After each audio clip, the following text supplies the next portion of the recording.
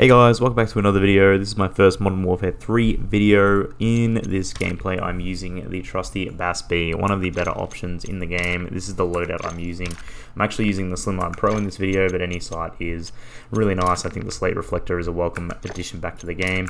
And this gun here absolutely fries, and you'll see in this gameplay just how good this is. And I'm just going to give you a couple of thoughts about Modern Warfare 3 after a few days played. So I think firstly what needs to be said is it's very cool to have all of the old maps back in this new game, and I feel like a lot of them have been given a great touch up to make sure that they feel really modern, they play really well in this current format, and of course the nostalgia is right there with some of these old maps and having some of the old weapons back. It's really cool. I think overall the weapons added to the game are interesting. There's a lot of good ones, but there's also a lot of poor ones. I'm actually finding that most of the weapons are probably not as competitive as what I'd hoped back in Modern Warfare 2 because of that much quicker TTK. A lot of the weapons were really good straight out of the gate. Mentioning that, the TTK in this game is interesting. Sometimes it feels like it's much slower, but other times you get melted, and I think some of the ping issues or server issues happening at the moment, it's a brand new game, so of course that's going to happen, but at the moment I'm not sure if I'm a big fan of the TTK just because of how slow the health regeneration is. It feels like after you take a fight, you really can't challenge until you've healed back up, and there's no quick fix in this game. Stims are locked behind the armory system, I'll talk about that in a minute. And I feel like it really encourages people to play a bit more passive because you do have that massive disadvantage if you've been hurt and you're waiting for that health regeneration. Overall, the guns feel really nice though. I think the combat, again, it's that true arcadey feel of Call of Duty. It's fast paced, much better ADS time, much better sprint to fire. A lot of those penalties have been removed or lessened, and that is so good for the game. It's so much better that it's fast.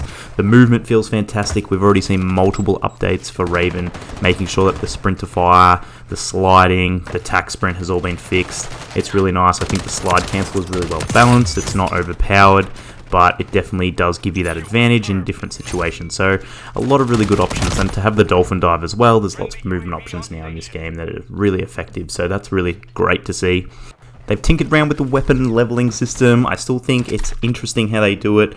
It's not as intricate as what Modern Warfare 2 was, where you need to use this assault rifle, to use this LMG, to use this SMG, to then unlock this attachment for this. And none of that stuff is there anymore, which is really good. And you can also really focus on the weapons that you want to level rather than having to worry about attachments. What is great is the Modern Warfare 2 attachments all carry over, so if you've been grinding Modern Warfare 2, then you've got lots of different options to level out with your guns, make them feel really competitive and useful straight off the bat. However, that means you've got a lot of new content if you are brand new to Modern Warfare 3 to unlock this. All of the weapons and the skins and all of the different attachments and things have carried over from MW2, so that's really cool to see. I like that integration. The Modern Warfare 2 weapons feel very good, and I think they've got obviously a big advantage at the moment because most people have got them leveled up or they've got their blueprints for them, so a lot of people are leaning towards the Modern Warfare 2 weapons. I also think the Modern Warfare 2 snipers are way better than the Modern Warfare 3 snipers.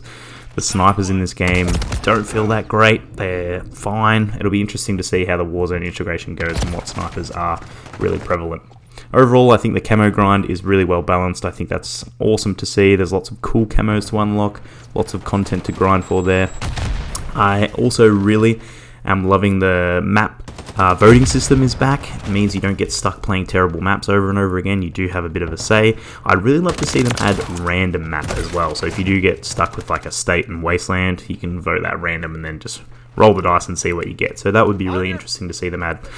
They really seem to be listening with a lot of content, so that'll be interesting with the experimental playlist to see what Raven can tinker with and add, because I think they really want multiplayer to keep going. They don't just want it to fizzle out when Warzone comes out. They don't just want it to be the level your weapons up for Warzone, so we'll have to see how we go. Overall, I think another positive is zombies. Everyone seems to be raving about how good zombies is. I haven't had a chance to check that out yet. I will eventually, but there's still lots of weapons to grind and level and challenges to complete, so we'll get there eventually. To the things that are in the middle at the moment, I think the armory system is a really interesting addition. I really like the fact that you can, unlock attachments early. So if you see that there's a 50 round magazine or a specific sight that you really want and it's locked behind a level like 20 or 21 or whatever, you can aim to unlock that early. That is awesome. Through winning games, incentivizing wins as well. I think that's really awesome to see. So you can get those attachments much earlier than normal, and you don't have to then grind it out for those specific attachments that makes the weapon good. It means you can have an extended mag early. As soon as you unlock the magazine attachment, bam, you've got it. So that's cool. But overall, locking content like proximity mines and stims and perks and things like that behind it, and of course all of these different weapons. There's about 7 or 8 weapons locked behind this armory straight away. I don't love that choice overall, and I think a lot of people just had to deal with it. Even if they change it now later, a lot of people have already grinded out that ability to unlock these weapons and suffer through that. But overall, I think it's a pretty interesting change. It'll be fascinating to see what they do with it in the future. Something that I'm really not loving is the SBMM. SBMM is a really touchy topic for a lot of people, but honestly, it feels like they've cranked it through the roof. It could just be because, it's the start, everyone's sweating, trying to get wins, trying to unlock camos and whatever it may be, but damn, every single game at the moment feels like a ranked match. There's every single lobby is full of, at least 5 or 6, 7, 8, 9, 10 tryhards sometimes.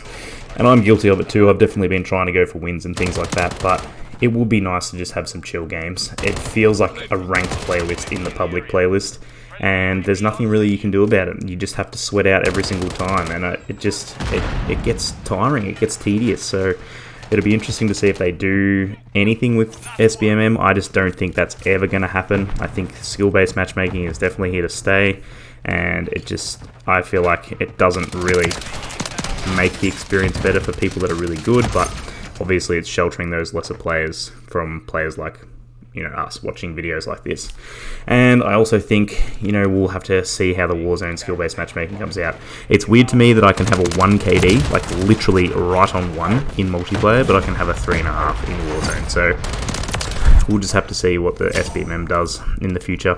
Overall, I'm really happy with Modern Warfare 3. I think it's been a great addition to the Call of Duty series so far, but overall, I can see why people can be saying this is DLC, with the campaign being as terrible as it was. I've talked about that already, and a lot of content feeling very samey, very similar. You can't really blame people saying, nah, I'm not paying $70 for this experience.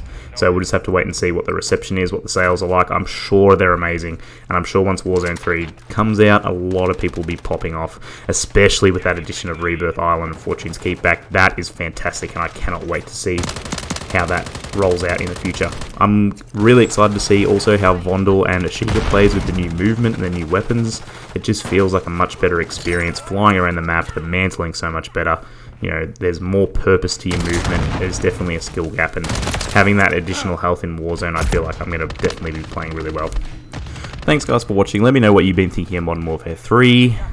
Thoughts, pros, cons, leave a comment, let me know. Appreciate it. See you in the next one.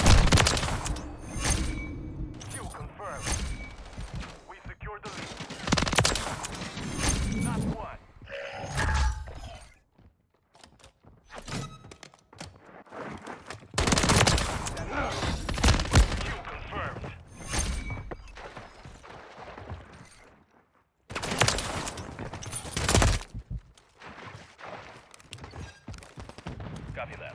UAV is on station. 1 minute remaining. Confirmed that one.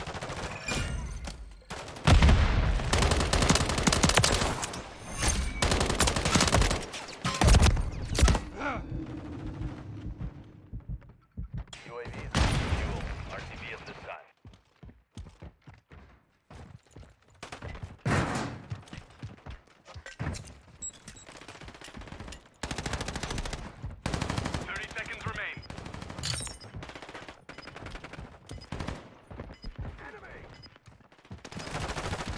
Got one down.